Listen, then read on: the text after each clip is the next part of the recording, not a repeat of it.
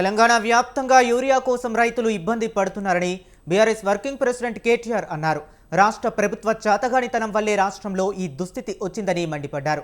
గత 10 ఏళ్ల కేసీఆర్ పాలనలో ఏనాడు ఈ దుస్థితి రాలేదని అన్నారు. కేసీఆర్ పాలనలో ఎరువులు బఫర్ స్టాక్ పెట్టే వాళ్ళమని గుర్తు చేశారు. 2 నెలలుగా తెలంగాణలో దయనీయమైన పరిస్థితి ఏర్పడిందని చెప్పారు.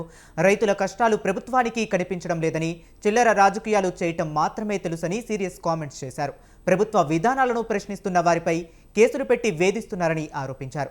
కాంగ్రెస్ ప్రభుత్వం అధికారంలోకి వచ్చి దాదాపు 2 ఏళ్లు కావస్తున్నా ఇప్పటి వరకు వ్యవసాయ శాఖపై సీఎం రేవంత్ రెడ్డి ఒక్క సమీక్ష కూడా చేయలేదంటూ రైతులపై, వ్యవసాయ శాఖపై వారి ఎంత చిత్తశుద్ధి ఉందో అందరం అర్థం చేసుకోవాలని కేటీఆర్ కోరారు.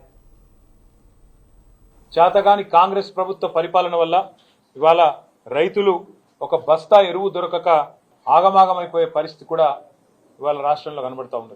చివరికి పంట అమ్ముకోవాలి, పంట కొనాలి ప్రభుత్వం అంటే రైతులు అధికారుల కాళ్ళ మీద పడే దుస్థితి. అట్లాగే ఇవాళ ఎరువుల బస్తాల కోసం కూడా మరి ఎక్కడికక్కడ రైతులు కాళ్ళ వేళ్ళ పడి అధికారులను బతిమలాడుకునే ఒక దయనీయమైన పరిస్థితి రాష్ట్రంలో కనబడతా ఉన్నది. అధికారుల కాళ్ళు పట్టుకునే దౌర్భాగ్యమైన పరిస్థితి ఇవాళ రాష్ట్రంలో కనబడతా ఉంది. కాంగ్రెస్ చరిత్ర ఎన్నడూ కూడా రైతుల విషయంలో సానుకూలమైన చరిత్ర కాదు, రైతులకు మేలు చేసిన చరిత్ర కాదు. ఇవాళ కూడా మళ్ళీ ఒకసారి ఆనాటి రోజులు తెస్తాము అనేదైతే మాట ఇచ్చిందో కాంగ్రెస్ పార్టీ, దానికి అనుగుణంగానే మరి ఆనాడు ఏవైతే అర్ధరాత్రి బాయికాడ వండుకునే దుస్థితి ఉండేనో ఇలా మళ్ళొక్కసారి చివరికి ఒక మహిళా రైతు ఎరువుల దుకాణం కాడ అక్కడ తెల్లారగట్టనే పోయి పండుకునే దుస్థితి, దుకాణం ముంగట వండుకునే దుస్థితి కూడా ఇలా తెలంగాణలో కాంగ్రెస్ ప్రభుత్వ గొప్పతనం మూలన కనబడతా ఉన్నది.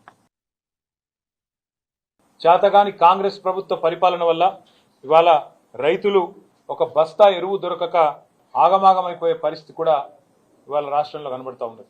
చివరికి పంట అమ్ముకోవాలి, పంట కొనాలి ప్రభుత్వం